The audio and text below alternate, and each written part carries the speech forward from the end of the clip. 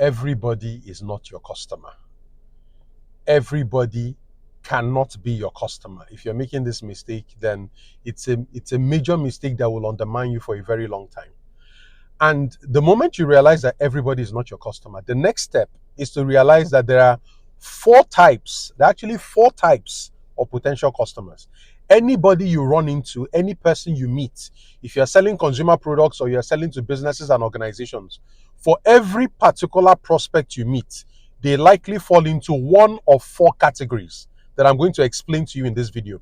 The better you understand these categories, what they mean, and how you can relate with them, and what their benefits are, the easier it will be for you to make sales.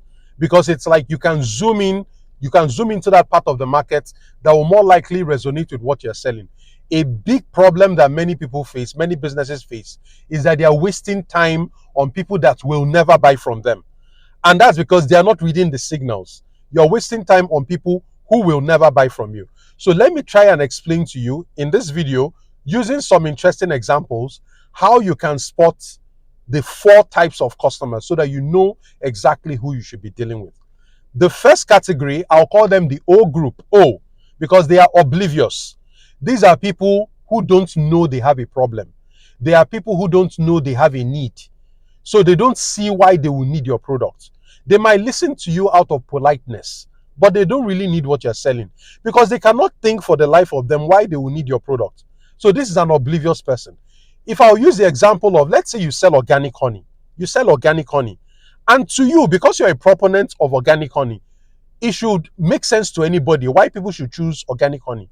You're talking to somebody and he's telling you, but why is your honey so expensive when I can use sugar? Clearly, this person doesn't get it. The person doesn't understand why you should choose or use natural products. This is an oblivious person who doesn't see the difference between raw white sugar and natural honey. In his mind, all of them are sweeteners. In his mind, you can put all of them into your chocolate drink, your tea, your coffee, your chocolate drink. In his mind, there's no difference between white sugar and natural honey. Now, if you know that this person is in the O group, you should know that this is an oblivious customer. This is somebody who doesn't see why he should buy your product over something that is readily available and cheaper. So in his mind, it's like, this is a cheaper product. Why should I buy your natural honey? That is somebody in the O group, oblivious customers. That's the first group. The second group is the P group. You call them, or I call them, pondering. Pondering means they are thinking. What it means is that they have realized they have a problem. They have realized they have a problem. They don't know how they are going to solve that problem. But the thing is, they now know they have a problem. Houston, we have a problem. They are that position. What it means, to use the analogy of the person who sells natural honey. This is somebody who had just gone for their annual health check. And the doctor had just told him that he needs to watch his sugar consumption because he's gradually approaching diabetes, or he's in pre-diabetes. This is somebody who has gone for a health check and the doctor has told him, you need to watch your weight, you need to watch what you eat. This is somebody who I just realized, I'm getting older, I need to cut down on carbs. This is somebody who's trying to lose weight. This is somebody who has just made a New Year resolution saying, this year I'm going to lose 10 kilos, 20 kilos, and I'm going to start with what I eat. I'm going to start eating healthier stuff. They've just realized that they have a problem, that they have to stop consuming their white sugar. But they don't know what they're going to replace their white sugar with. They just know that they have to stop consuming white sugar, but they don't know what they are going to start consuming in place of white sugar. So this is a pondering customer. This person doesn't yet have any particular product on their radar. They are not actively thinking of any particular product or service. All they know is that they have a problem. I'm still going to come back to all these categories so that I show you how you can deal with them. That's the pondering customer, potential customer. Then there's the E group. These are engaged customers. This is somebody who knows they have a problem, has already been researching different products, solutions, services that will help them solve the solve the problem. They are now aware of the products that are on the market. They've gone into the market to ask, I have this problem, how do I solve it? So they have about 2, 3, 4 products they are considering. They are not newbies. They understand the space. They understand what the options are. To go back to our analogy, this is somebody, an engaged customer will be somebody who is looking at natural honey. They are looking at maple syrup. They are looking at dates. So they know all the different categories of organic substitutes for sugar that exist. They've been reading on the internet. They've been doing Google searches. They've been asking questions. They've been doing research. They've been going around, looking around supermarket shelves. So this is a searching customer. This is a customer that is actively searching for a solution. So they are considering the alternatives, the substitutes. They are considering what the options are, right? That's an engaged customer, an engaged potential customer. And there's a way you deal with this kind of person. So that's the E group. The last group is the N group. I call them the needy group. This person knows they have a problem. They have been looking for a solution. They have found a solution. They have read up on the price of the solution, how it's going to be delivered, the quantity, what the product may look or feel like. They've asked for a sample. They've used it. They are ready to buy now. They are ready to buy right now. That's why they are needy. They don't need you to preach to them. They don't need you to tell them why this product is beneficial. They don't need education. They need action. They are asking you, where do I pay? And when are you going to deliver? That's what they're asking. They don't want preaching. They don't want you to sell to them. They are already sold. They may have been following you for a long time. They may have been tracking you and trailing you and stalking you for quite a while. So they don't need to hear much from you. They've made up their minds that this is the best solution for this problem I'm having. This is the best product or service that meets my needs. This is the product that fulfills my goals and my desire. That's it for a needy customer. So if you meet somebody and you are selling to them, or you have a standard way of selling, you are selling the same way to everybody you meet, you are going to run into trouble. Because if you sell to a needy person, you are wasting too much time. You're going to discourage them. What a needy person needs is, this is where you pay, this is how much you pay, this is when I will deliver. That's all they need. They don't want your preaching. If you meet an oblivious person, you will need to spend more time, because this is somebody who doesn't know they have a problem. So you have to help them realize that they have a problem. You need to show them the telltale signs. You need to prove to them that this problem is costing them something, or that they are ignoring this problem. In fact, you need to show them that the problem exists. You need to invest a lot of time, sometimes money, and a lot of effort convincing, educating this kind of person that they have a problem.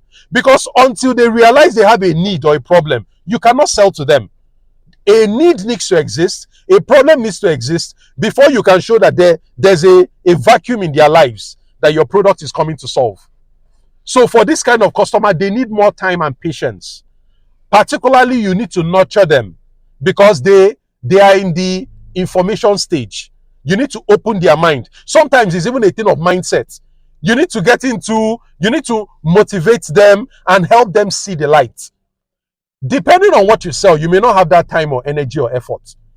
Or somehow too, if I want to be more practical, I'll ask you, why would you spend so much time on an oblivious person when you have people in other stages that are easier to convert to customers? Why will you spend so much time trying to convert somebody who is not ready to be converted?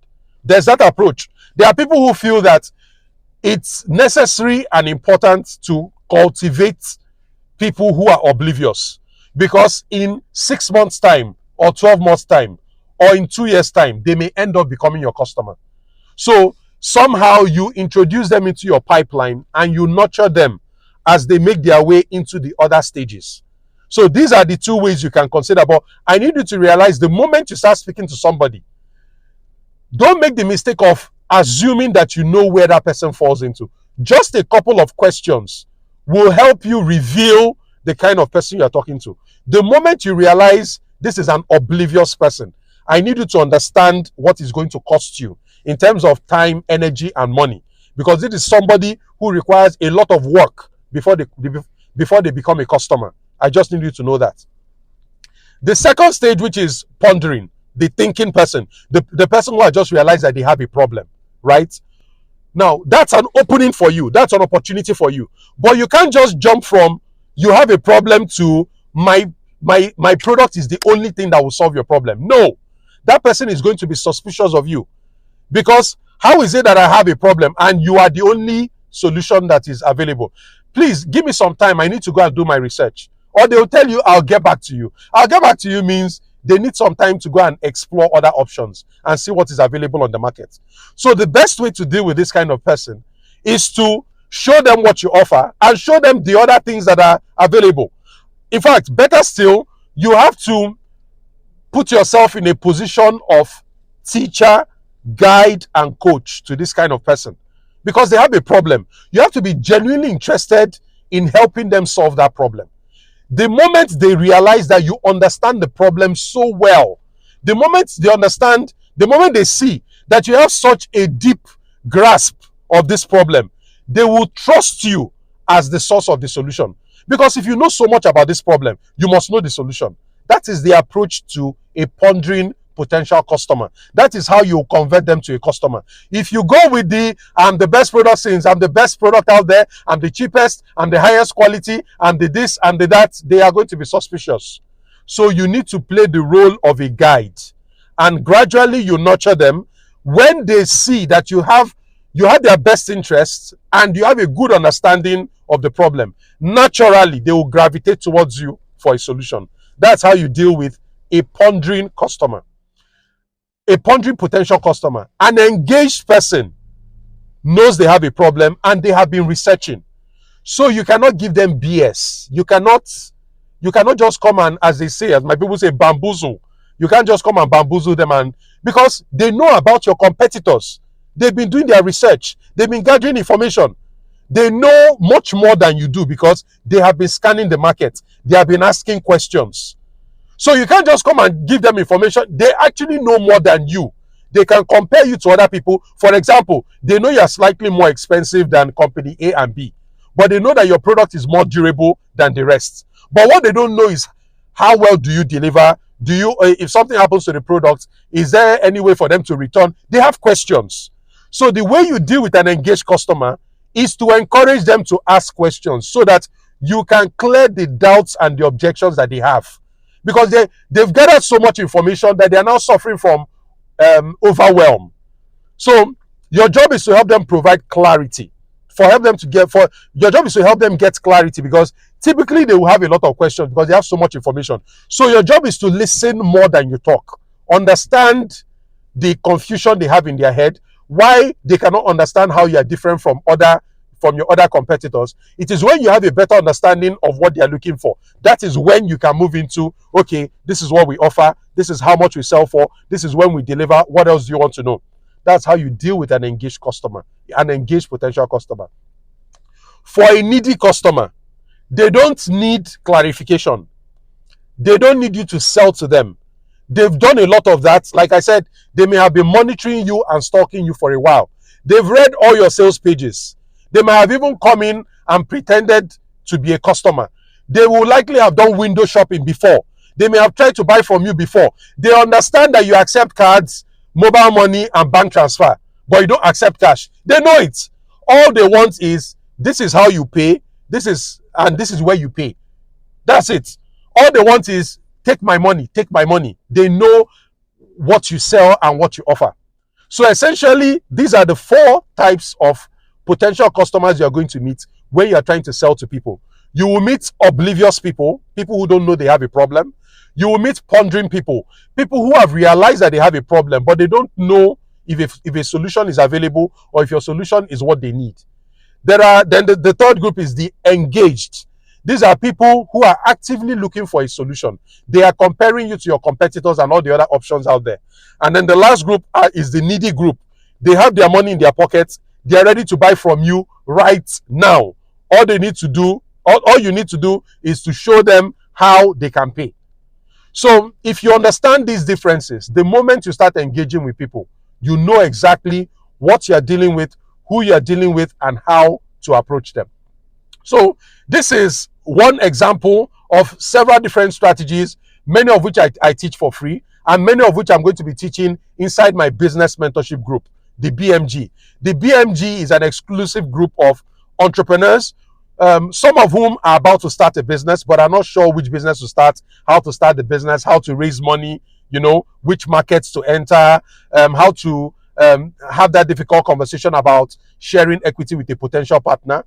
Some of the people in the BMG that I expect to be in the BMG are people who have started a business, but they are struggling with the challenges and problems of running a business. They are running out of capital. They are finding it very difficult to make sales, attract customers, keep customers. They are finding it very difficult to optimize their operations. So they are getting orders, but then they are not meeting the promises they made to the market, right? They are finding it very difficult to maximize their profit. So they are in business, they are selling. But after all the sales, after they pay their distributors, their employees and all that, they pay their rent, the business is not making profits. They are in business, they are making sales, but they are not making profits. That is a problem I am uniquely positioned to help you solve. And then some of the people I'm expecting the BMG have been running their business for some time, but it has stagnated and they need to move the business to the next level. Maybe the business has done well under you as the founder and CEO, but now you are thinking of something bigger and better. You want to move the business to the next level such that you can afford to fall sick, you can afford to take a break, you can afford to take a vacation, and the business will not break. Those are things I've been helping entrepreneurs to do for the last 10 years plus. I've done it for entrepreneurs across the African continent, including people in the diaspora who are looking to start businesses on the continent. But the thing is, as much as I would love to help as many people as possible, I can only work with a fixed and limited number of people, which is why I'm inviting you to join the BMG. I'm going to be asking you a couple of questions so that I understand the kind of entrepreneur you are, I understand the kind of challenges you're facing as a business, and I understand where you want to go to. So I only need people that I can help, and that will be a fixed and limited number. If you are interested in joining the business mentorship group, the BMG, as I call it, if you're interested in joining the BMG, the link should be on your screen right now, or it should be somewhere in the comments or above or below this video, right? So we're going live on the 31st of August, right? So if you're seeing this before then, you are in luck. So I invite you to take the assessment, and if you're one of those people who make it through, you should get to the waiting room, right? So if you're already in the waiting room and you're watching this, please leave a comment below this video. Let me know you're in the waiting room so I can holler back. If this is the first time you're seeing me and you're like, who is this guy? My name is John Paul Iwuoha. I'm a business strategy specialist. What it means is that I solve tough business problems. I actually make it easier and faster to build a business, to start a business, operate the business, and grow the business. That's what I specialize in, and I've been doing it for 10 years plus. I started this trade in PwC. I worked there as a consultant. Now I'm on my own and I'm helping small and medium-sized businesses get this done, get their businesses started, operating at their best performance, and growing and moving to the next level. If you're interested in any of these, or you're going through any of the problems I just talked about, from raising money, raising additional capital for your business, making sales, attracting the right talent, optimizing the performance of your business, solving the profit problem. Like I said, many businesses are making sales, many businesses are open, but not all of them are profitable. If you're interested in any of these, join the BMG. It will be the best business decision you've ever made. So it's at activatorhq.com/BMG. See you in there. Cheers.